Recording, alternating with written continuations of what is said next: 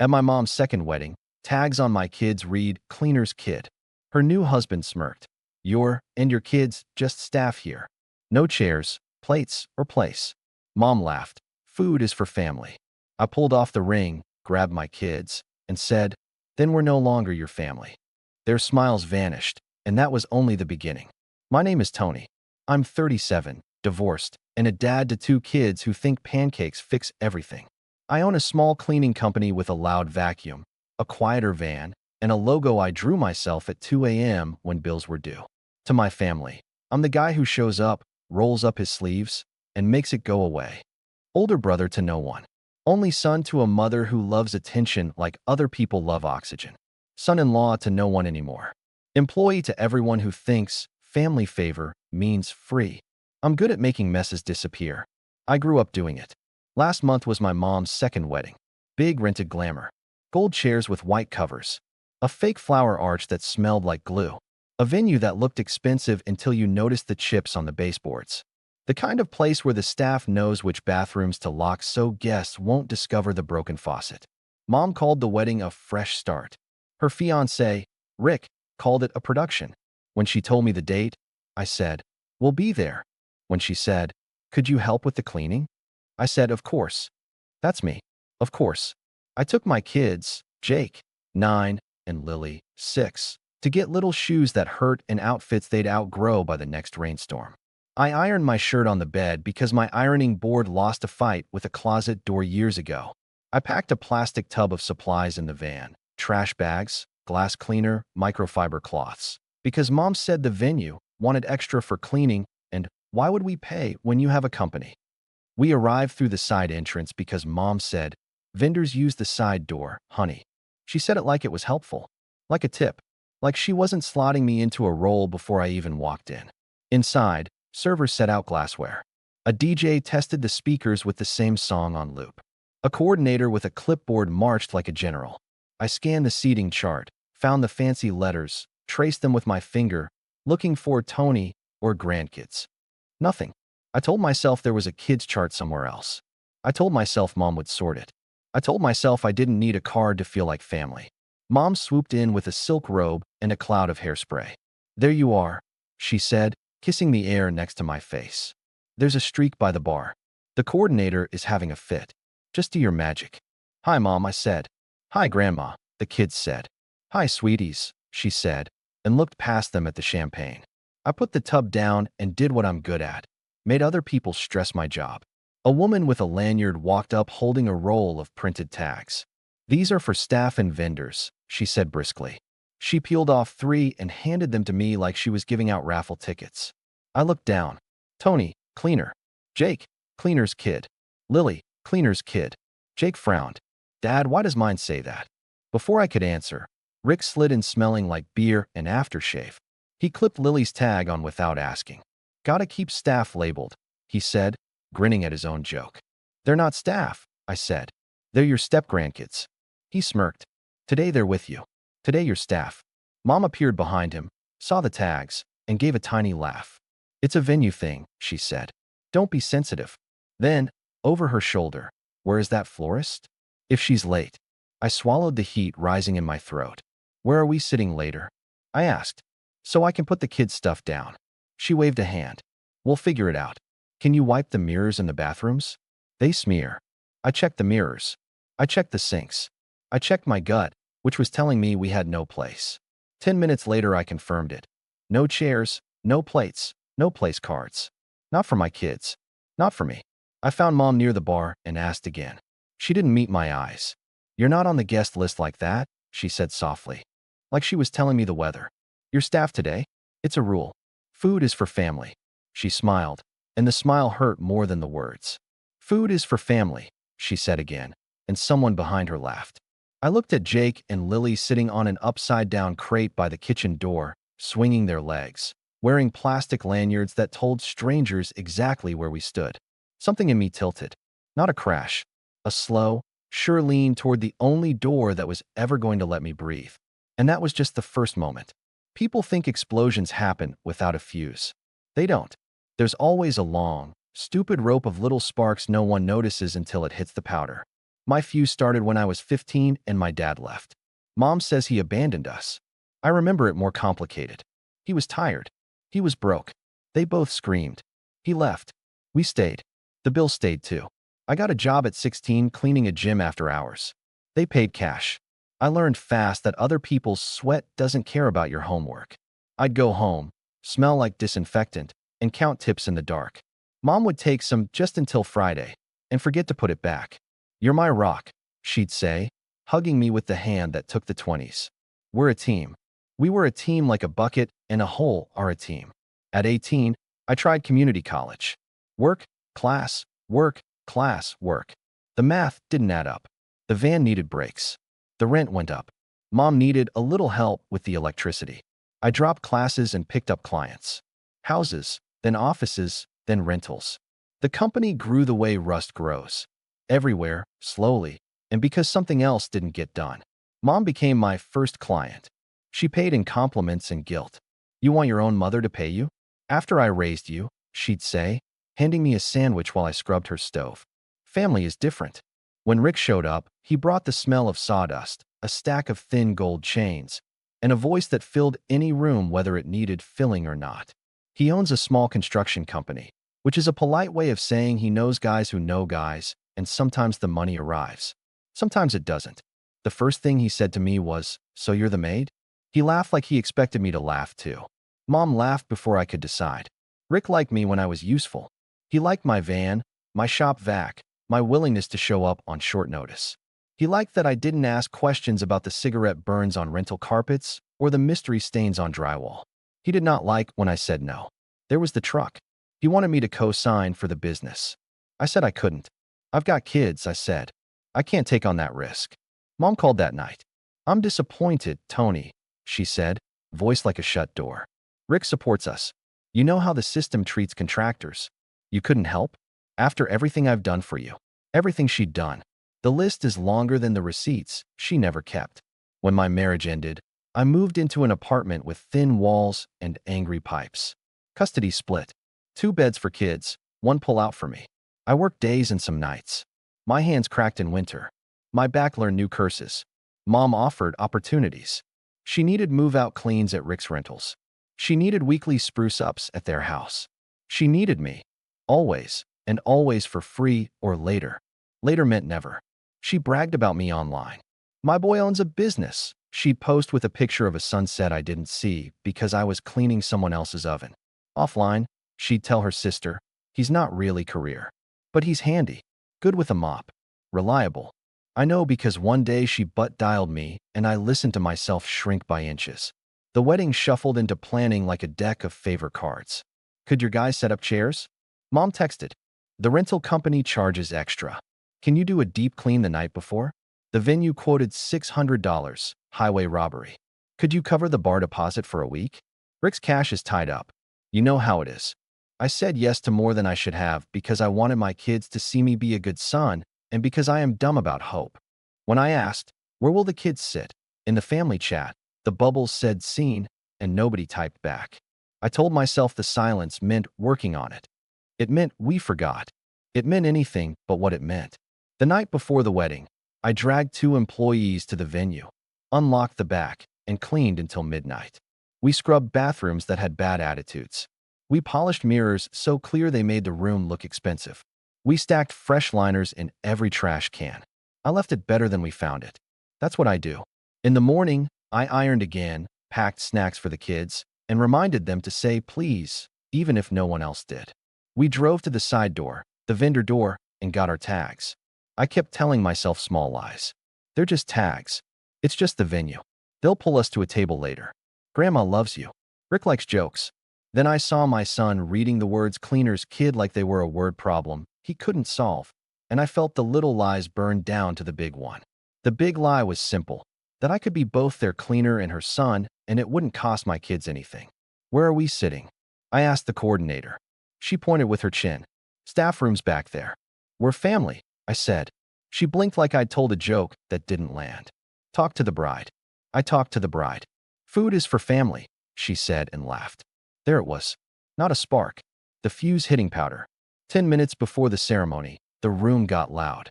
Laughter, clinking glasses, heels like tiny hammers on vinyl.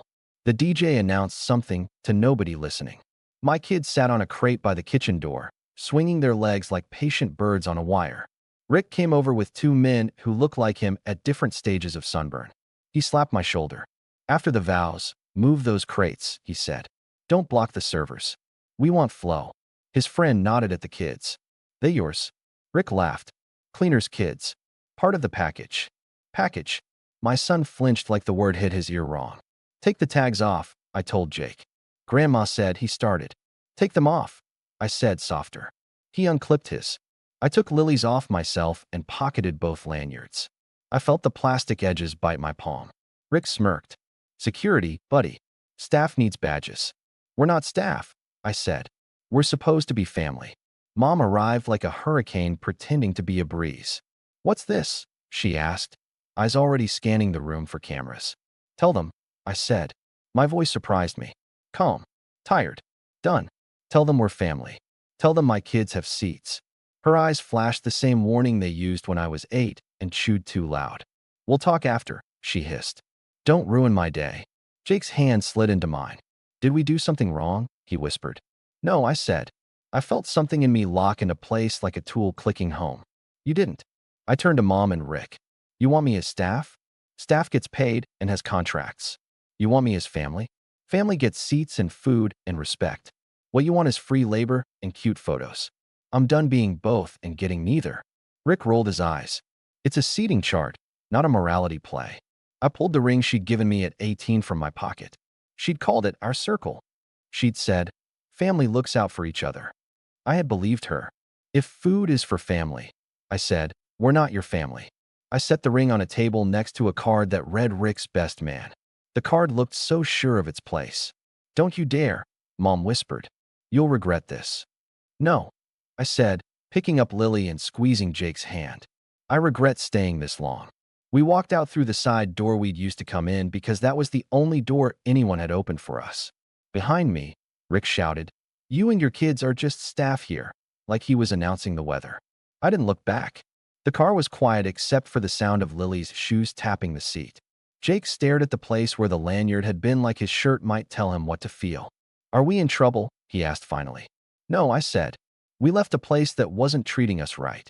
Are we still family? Lily asked in a tiny voice. Yeah, I said. We're our own family. We got drive-through burgers in our nice clothes and ate in the car. The fries tasted like salt and relief. The kid at the window said, nice tie, and I said, thanks, it's new to me, because it was. My phone buzzed like a trapped bee. I let it. When the kids fell asleep at home, I scrolled. Mom, answer your phone. You embarrassed me. Mom, your tantrum ruined my photos. Mom, you need to come back and apologize before people talk. Then the money texts. Mom, the venue added the cleaning fee. You need to cover it. That was our arrangement. Mom, we wouldn't have booked such a nice place without you. Mom, you owe us this. I stared at that line. You owe us, and a tired part of me laughed. I opened a blank doc and made a list like I was writing an estimate. Weekly cleaning at Mom's old house, 3 years, unpaid. Rick's house deep clean when they moved, unpaid. Rental turnovers, 10 plus, mostly unpaid. Emergency scrub after tenant disaster, unpaid. Bar deposit for the wedding, paid by me. Venue deep clean the night before, paid in employee time and supplies. I added numbers. It beat $600 by a lot. Monday, I asked my accountant if I could send an invoice to family. He said, you can. Whether they'll pay is another story. Then he looked at me for a long, quiet second and said, send it. If they don't pay, treat it like tuition for a class you should have taken a decade ago. So I did. Client. MOM and Rick. Personal. NO discount. Line items. Dates. Rates. Total. $7,432. Notes. As per previous verbal agreements and completed services. Due upon receipt. I clicked send and waited for the sirens. They came fast. Mom, what is this? An invoice? For family. Rick, you got jokes, buddy. Mom, take this back. This is disgusting. You're punishing me for a misunderstanding. Me. From now on, I'm your son, not your cleaner. If you want cleaning, pay like everyone else. I'm done working for free. I'm done letting you treat my kids like props. Calls. I didn't answer. Aunt Lisa texted, "Your mom is crying in the bathroom." Uncle Tom, "Couldn't you suck it up for one day?" Rick's sister, "Trash behavior." My sister, who lives far and keeps quiet, messaged separately. "Mom says you extorted her." What happened? I told her. The tags. The no seats. The sentence, "Food is for family." She typed nothing for a long time. Then, "She really said that?" I said yes. She wrote, "I'm sorry," and left it there. I was grateful for the space where judgment could have been. I did practical things. I removed Mom and Rick from the kids' school contact list. I checked my bank accounts for any old shared access. I told my crew, "We don't take jobs from them. If they call, we're booked forever." They laughed and said, "Finally." Work kept moving. Real clients still paid. The venue manager called me 2 days later. "I heard what happened," he said carefully. "You left quietly and didn't make my staff's job harder. We respect that here. We've got a contract for a post-event cleaning twice a month if you want it." I wanted it. I took it. I bought my team breakfast. Saturday, I took my kids to a diner. We got pancakes, extra syrup, extra napkins. The waitress called Lily Princess, and Lily believed her. Mid-bite, Aunt Lisa sent a photo from the wedding reception. 2 little place settings at a kid's table. Cards that said Grandkid 1 and Grandkid 2. Plates untouched. Caption, "They put these out later." Later. Not for us. For optics. Jake saw the picture and frowned. "Is that our table?" "No," I said, locking my phone. "Our table is right here." He took a giant forkful and nodded. "Ours is better." It was. Days stretched. The family group chat cycled through guilt, anger, silence, and fresh guilt like weather. My invoice sat in their inbox like a small, square truth. I sent one polite reminder. Net 14. No caps, no exclamation marks. Mom texted back, "You're dead to me if you think I'm paying this." I didn't reply. I put my phone face down and helped Lily build a castle out of folded towels. Jake added a drawbridge made of a spatula. The castle fell apart and we laughed. At night, when the apartment was quiet, I could feel an old noise fading. The noise of always being on call for people who didn't mean the word family the way I do. The quiet was new. It made space for things like sleep. Like thinking. Like not thinking. I started to notice small changes. My back didn't hurt in the same sharp way. My mornings didn't start with texts that used please like a crowbar. I ate breakfast sitting down.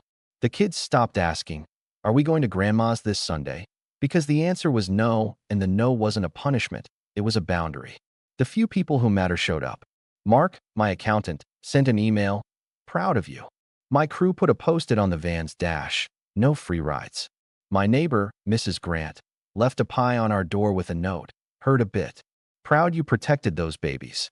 She spelled protected wrong. The pie was perfect anyway.